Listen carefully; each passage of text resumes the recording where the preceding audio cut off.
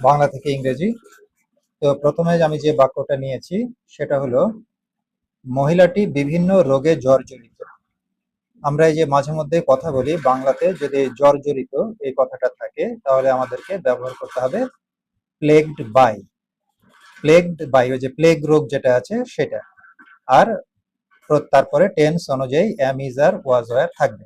তাহলে এটা যেহেতু প্রেজেন্ট টেন্স, তাই এখানে হয়েছে is. The woman is plagued by various disease. বিভিন্ন রোগে, তার ইংরেজি হচ্ছে ভ্যারিয়াস ডিজিজ। তাহলে মূল জিনিসটা হচ্ছে জর্জরিত, এটা থাকলে আমাদেরকে ব্যবহার করতে হবে প্লেগড বাই, যদি রোগে জর্জরিত হয়। আর যদি বলি যে লোকটি ঋণে জর্জরিত, তাহলে আমাদেরকে ব্যবহার করতে হবে বার্ডেনড with. বার্ডেনড with, the man is বার্ডেনড with ডেব্ট। ডেব্ট মানে হচ্ছে ঋণ। তাহলে তোমরা একটা এক্সারসাইজ করবে যে সমাজটি নানা সমস্যায় জর্জরিত, এটা কি হবে, ওই বার্ডেনড উইথ দিয়েই করতে হবে। ঠিক আছে? আচ্ছা, এরপরে একটা গুরুত্বপূর্ণ ট্রান্সলেশন আমি রেখেছি, সেটা কি আমরা একটু দেখি উদাহরণ সহ।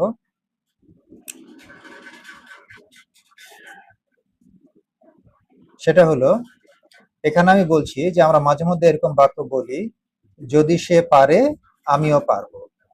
যদি সে পারে আমিও পারবো, এটা কি হবে? If he can do it, I can too. If she can do it, I can too. এটা তাহলে আবার এভাবেও করা যায় যে if he can, I can.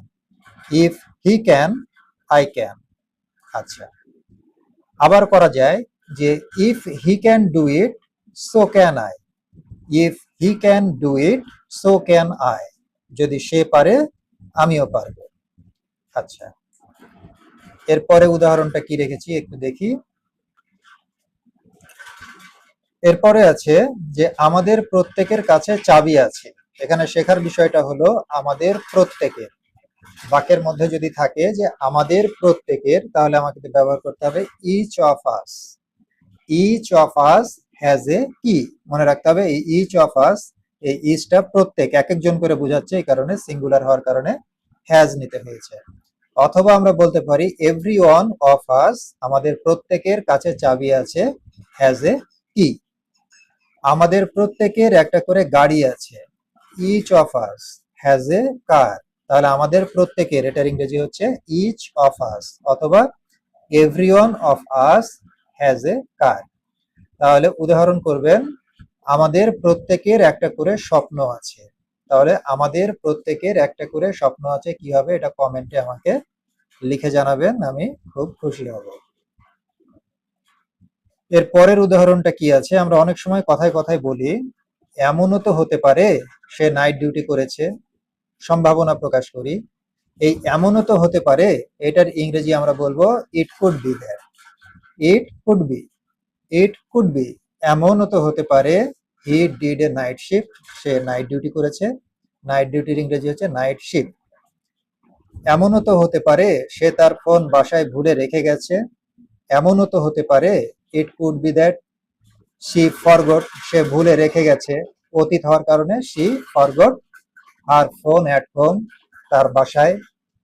তাহলে এই এক্সারসাইজটা কি হবে তোমরা করবে, এমনও তো হতে পারে সে মেসেজটা দেখেনি।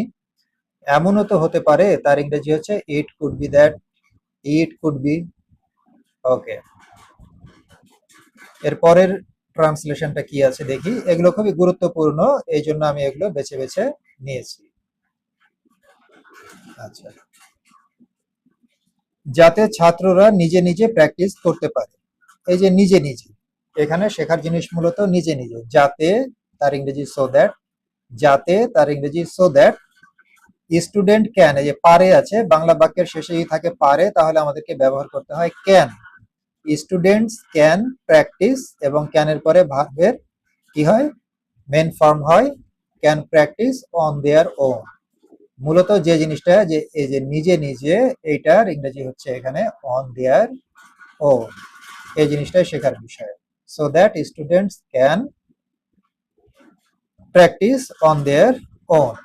এরপরে কি আছে উদাহরণ, যাতে শিশুরা নিজে নিজে শিখতে পারে। এই যে নিজে নিজে, এটার ইংরেজি হচ্ছে on their own. So so that, জাতের ইংরেজি বলে দিলাম সো দ্যাট, এগুলো কিন্তু মুখস্থ করে নিতে হবে। So that children can learn on their own, তাহলে যাতে কর্মচারীরা নিজে নিজে কাজটি সম্পন্ন করতে পারে, এটার উদাহরণ তোমরা প্র্যাকটিস করবে। ওকে, এরপরে কি আছে? এরপরে আছে যে যদি আমি বলি যে আমি বিশ্বাস করতে শুরু করেছি, এটুকুর ইংরেজি I have come to believe. এখানে কাম মানে আশা নয়, আমি বিশ্বাস করতে শুরু করেছি, এই এক্সপ্রেশনটা ইংরেজি করতে হলে আমরা বলতে পারি I have come to believe that situation is not always under control. পরিস্থিতি সবসময় নিয়ন্ত্রণে থাকে না, তার ইংরেজি হচ্ছে situation is not always under control. তাহলে আমাদের এখানে মূলত শেখার বিষয় হচ্ছে আমি বিশ্বাস করতে শুরু করেছি, I have come to believe, এখানে বলছে একজন সৃষ্টিকর্তা আছে, দ্যাট যে দেয়ার ইজ এ ক্রিয়েটর, একজন সৃষ্টিকর্তা আছেন। ওকে, এর পরের উদাহরণটা কি আছে আমরা একটু দেখি। সেটা হলো সে পুরো পথ জুড়ে হেঁটেছে এবং আমি একই সময়ে গাড়ি চালিয়েছি। এটা আমি যে জিনিসটা দেখানোর জন্য উদাহরণটা নিয়েছি সেটা হচ্ছে এই যে একই সময়ে, এই কথাটাকে আমরা কি করে বলতে পারি? ওভার দ্য সেম স্ট্রেচ। আরো অনেকভাবে বলা যাইতে পারে, কিন্তু আমি যেটা এখানে শেখাতে চাচ্ছি সেটা হচ্ছে একই সময়ে, তার ইংরেজি ওভার দ্য সেম স্ট্রেচ। সে পুরো পথ জুড়ে হেঁটেছে, অতীত হয়ে গেছে, এই কারণে আমি এখানে দিলাম ই ওয়াক। হেঁটেছে, এটা আমি যদি প্রেজেন্ট পারফেক্ট দিয়ে করতাম তাও হতো, পাস্ট ইনডেফিনিট দিয়ে করলে তাও হবে। তাহলে হি ওয়াক, সে হেঁটেছে পুরো পথ জুড়ে, দ্য হোল ওয়ে, এবং অ্যান্ড একই সময়ে আমি গাড়ি চালিয়েছি। তাই আমি গাড়ি চালিয়েছি, এটা হলো আই ড্রোভ। এখানে যেহেতু পাস্ট ইনডেফিনিট নিয়েছি, তাই এখানেও আমি পাস্ট ইনডেফিনিট নিলাম, আই ড্রোভ ওভার দ্য সেম স্ট্রেচ, একই সময়ে আমি গাড়ি চালিয়েছি। তার মানে ওই যে সময়ে হেঁটেছে আমি সে সময় গাড়ি চালিয়েছি। একইভাবে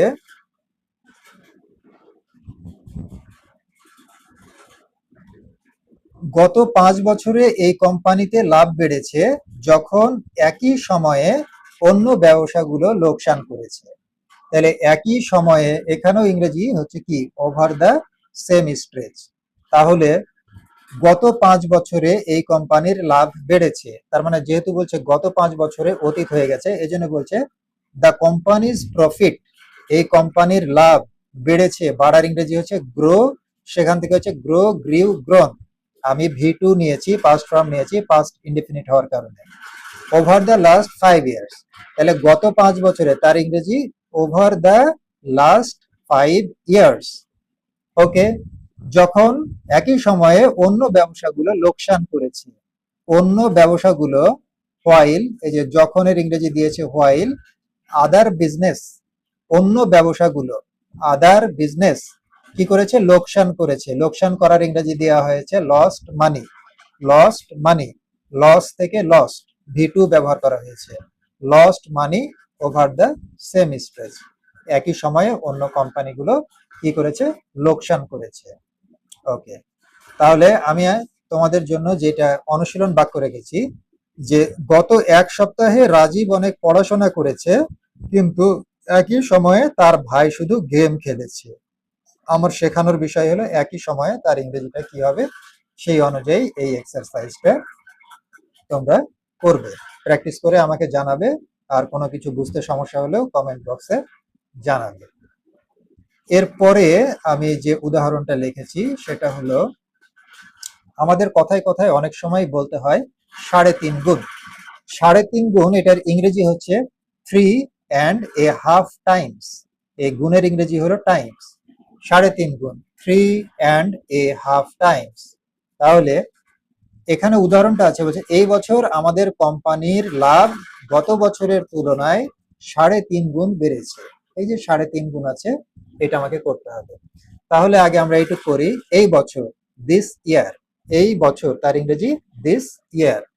আমাদের কোম্পানির লাভ, আওয়ার কোম্পানিজ প্রফিট, গত বছরের তুলনায় 3.5 গুণ বেড়েছে। তাহলে আগে বেড়েছে, এইটা কি প্রেজেন্ট পারফেক্ট টেন্স, এই কারণে সাহায্যকারী ভার্ব হ্যাজ আর ইনক্রিজড এটা V3 ভার্বের তৃতীয় রূপ বসানো হলো। হ্যাজ ইনক্রিজড 3.5 গুণ বেড়েছে কিনা, বেড়েছে কত গুণ? 3.5 গুণ। 3.5 গুণের ইংরেজি আমরা আগেই দেখেছি কি 3.5 টাইমস। এখানে কিন্তু আর্টিকেল একটা এ হবে, এটা খেয়াল রাখতে হবে। 3.5 টাইমস কি গত বছরের তুলনায়। এই যে গত বছরের তুলনায় এটার ইংরেজি হচ্ছে কম্পেয়ার টু লাস্ট ইয়ার। গত বছরের তুলনায় কম্পেয়ার টু লাস্ট ইয়ার। আমাদেরকে এভাবে ইংরেজি শিখতে হবে যে গত বছরের তুলনায় ইংরেজি কি কম্পেয়ার টু লাস্ট ইয়ার।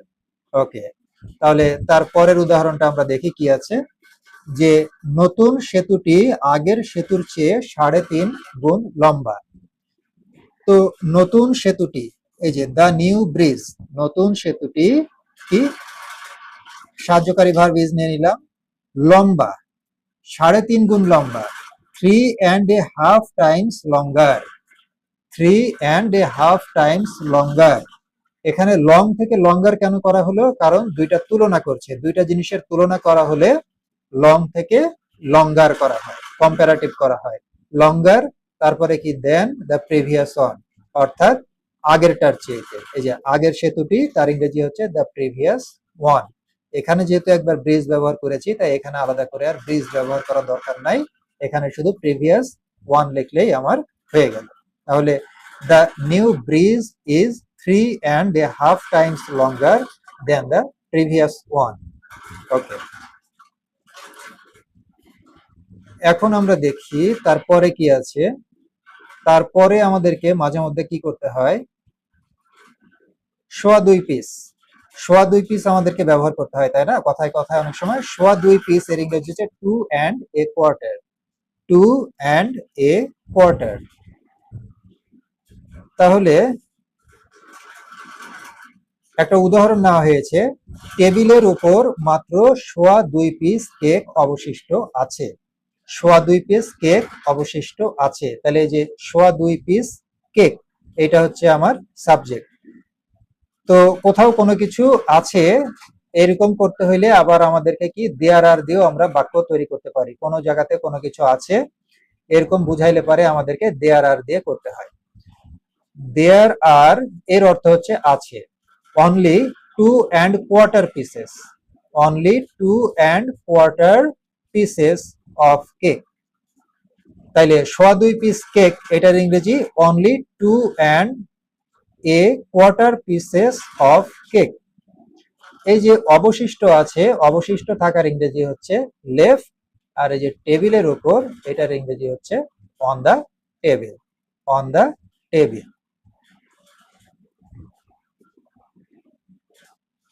ওকে, আমাদেরকে অনেক সময় ব্যবহার করতে হয় পৌনে 2 পিস। তো পৌনে 2 পিসের ইংরেজি কি 1.75, 1.75। তাহলে এখানে যে উদাহরণটা নেওয়া হয়েছে যে রেসিপি অনুযায়ী মিষ্টিটি তৈরি করতে আমাদের পৌনে 2 পিস গুড় লাগবে। তাহলে এই যে অ্যাকর্ডিং টু দ্য রেসিপি, এটা হচ্ছে রেসিপি অনুযায়ী। রেসিপি অনুযায়ী তার ইংরেজি হচ্ছে অ্যাকর্ডিং টু দ্য রেসিপি। এগুলো কিন্তু ফ্রেজের মতো মুখস্থ, এই এক্সপ্রেশন গুলো মুখস্থ করে নিতে হবে যে according to the recipe, recipe অনুযায়ী মিষ্টিটি তৈরি করতে আমাদের পৌনে 2 পিস গুড় লাগবে। তাহলে যে আমাদের লাগবে এই কারণে হচ্ছে কি আমাদের subject we will need. Need মানে কি প্রয়োজন হওয়া বা লাগা। উই উইল নিড আমাদের লাগবে 1.75 pieces, পৌনে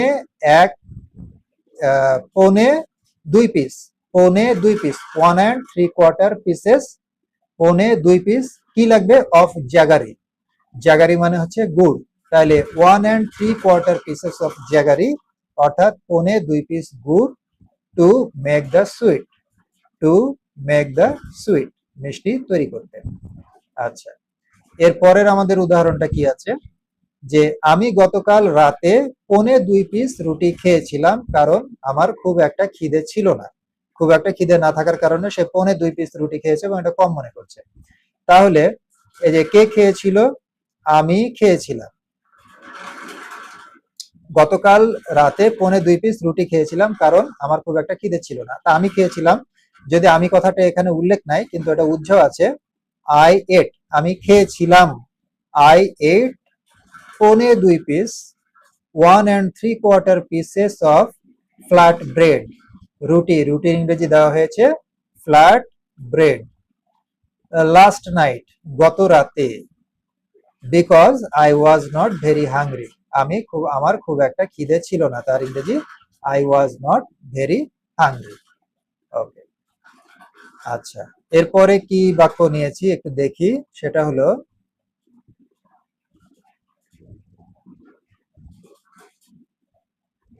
একটা ইডিয়ম নিয়েছি, এটা একটা গুরুত্বপূর্ণ ইডিয়ম, ট্রান্সলেশন করতে আমাদের লাগে। সেটা হচ্ছে গিভ পজ। যেমন আমি যদি কখনো বলি যে গাড়িটির অতিরিক্ত দাম কেনার আগে আমাদেরকে নতুন করে ভাবিয়ে তোলে, এই যে ভাবিয়ে তোলে, এটার ইডিয়ম হচ্ছে কি গিভ পজ। পজ মানে কি একটু থেমে যাওয়া, একটু থামিয়ে দেওয়া। এই যে গাড়িটির অতিরিক্ত দাম, the high price of the car gives us pause, আমাদেরকে ভাবায়। গিভস আস পজ এর অর্থ হচ্ছে আমাদেরকে ভাবায় বিফোর বাইং ইট, এটা কেনার আগে। এই বিফোর হচ্ছে একটা প্রিপোজিশন, এবং এরপরে যদি কোনো ভার্ব ব্যবহার করতে হয়, বাই তার সঙ্গে আইএনজি যুক্ত করে বসাতে হয়, এই জন্য বাইটা হয়ে গেছে buying. The high price of the car, গাড়িটির উচ্চ মূল্য, গিভস আস পজ, আমাদেরকে ভাবায় বিফোর বাইং ইট, এটা কেনার আগে। এরপরে উদাহরণ কি আছে, যে তার হঠাৎ মত পরিবর্তন আমাদের গভীরভাবে চিন্তা করতে বাধ্য করে। তার হঠাৎ মত পরিবর্তন, his sudden change of mind. তাহলে মত পরিবর্তন এটার ইংরেজি কি? Change of mind. মত পরিবর্তন এটার ইংরেজি কি? Change of mind. His sudden change of mind gives us pause, আমাদেরকে ভাবায়, আমাদেরকে নতুন করে ভাবতে বাধ্য করে। এইসব এক্সপ্রেশন গুলার ইংরেজি হলো গিভস আস পজ। ওকে, তাহলে এই একটা জিনিস আমরা শিখলাম। এবার আসি, তবে আমরা কথায় কথায় আমাদেরকে তবে কথাটা ব্যবহার করতে হয়। এই তবের ইংরেজি আমরা দিতে পারি দেন এগেইন। দেন এগেইন কেমন? আমার মনে হয় আজ বৃষ্টি হবে না, তবে আকাশটা মেঘলা দেখাচ্ছে। আমার মনে হয় এর ইংরেজি হচ্ছে আই ডোন্ট থিঙ্ক। আমার মনে হয় বৃষ্টি হবে না যেহেতু বলছে, এই জন্য বলছে আই ডোন্ট থিঙ্ক। আমার মনে হয় না ইট উইল রেইন টুডে, আজকে বৃষ্টি হবে। তবে then again the sky looks quite cloudy, মেঘলা, মেঘলার ইংরেজি হচ্ছে ক্লাউডি। আকাশটা মেঘলা দেখাচ্ছে, দ্য স্কাই লুকস, আকাশটা দেখাচ্ছে কোয়াইট ক্লাউডি, বেশ মেঘলা। এই যে বেশ, তার ইংরেজি হচ্ছে কোয়াইট। ওকে, এর পরের উদাহরণ কি আছে আমরা দেখি। আমরা কালকে কক্সবাজার যেতে পারি, তবে আবহাওয়া খারাপ হলে ঘরে থাকাই ভালো। এই যে তবে আছে, এটার ব্যবহার মূলত আমরা এখানে শিখছি। আমরা কালকে কক্সবাজার যেতে পারি, we could go to Cox's Bazar tomorrow. আমরা আগামীকাল যাওয়ার একটা সম্ভাবনা প্রকাশ করছি, সম্ভাবনা প্রকাশ করলে আমরা কুড ব্যবহার করতে পারি। এটা কিন্তু পাস্ট অর্থে কুড ব্যবহার হয়নি। We could go to Cox's Bazar tomorrow, আমরা আগামীকাল কক্সবাজার যেতে পারি, তবে দেন এগেন খারাপ আবহাওয়া হলে ঘরে থাকাই ভালো। If the weather is bad, এটা মানে হচ্ছে খারাপ আবহাওয়া হলে ঘরে থাকাই ভালো। It's better to stay home, এই যে থাকাই ভালো, তার ইংরেজি হচ্ছে ইটস বেটার টু স্টে, মানে হচ্ছে ঘরে থাকা, টু স্টে হোম, ঘরে থাকাই ভালো। আচ্ছা, তাহলে এরপরে আমাদের উদাহরণ কি আছে। এই ল্যাপটপটি বেশ সস্তা, তবে এর কার্যক্ষমতা খুব একটা ভালো নাও হতে পারে। এটা এক্সারসাইজ। এই যে তবে, এই ব্যবহারটা দেওয়া হয়েছে। এই ল্যাপটপটি বেশ সস্তা, সস্তার ইংরেজি কি? চিপ। সস্তার ইংরেজি চিপ। এর কার্যক্ষমতা খুব একটা ভালো নাও হতে পারে। কার্যক্ষমতা কি? Working ability. তাহলে এটা তোমরা পরে আমাকে জানাবে। আচ্ছা, আমাদেরকে কথায় কথায় বলতে হয়, এবং মজার বিষয় হলো বলতে হয়, কিন্তু একটা তথ্য দিলাম, দেওয়ার পরে আমাদেরকে বলতে হয়। তার ইংরেজি হচ্ছে অ্যান্ড ইন্টারেস্টিংলি। বলছে উদাহরণ, তারা যমজ ভাই হিসাবে বড় হয়েছে, এবং মজার বিষয় হলো তারা দুজনেই একই পেশা বেছে নিয়েছে। তাহলে তারা যমজ ভাই হিসেবে বড় হয়েছে। অতীত, এটা বড় হয়ে গেছে, বড় হওয়াটা অতীতে ঘটে গেছে। এই জন্য দে গ্রিউ আপ। বড় হওয়ার ইংরেজি গ্রিউ আপ। গ্রো থেকে গ্রিউ, গ্রো, গ্রিউ, গ্রোন, ভার্বের টু নিলাম দ্বিতীয় form. They grew up as twin brothers. তারা যমজ ভাই হিসেবে বড় হয়েছে। এবং মজার বিষয় হলো, অ্যান্ড ইন্টারেস্টিংলি, তারা দুজনেই একই পেশা বেছে নিয়েছে। They both choose the exact same profession. তারা উভয়ে, বোথ মানে হচ্ছে কি দুজনেই বা উভয়েই, choose the exact same profession. এই চুজ এটা হচ্ছে ভার্বের দ্বিতীয় রূপ। আচ্ছা,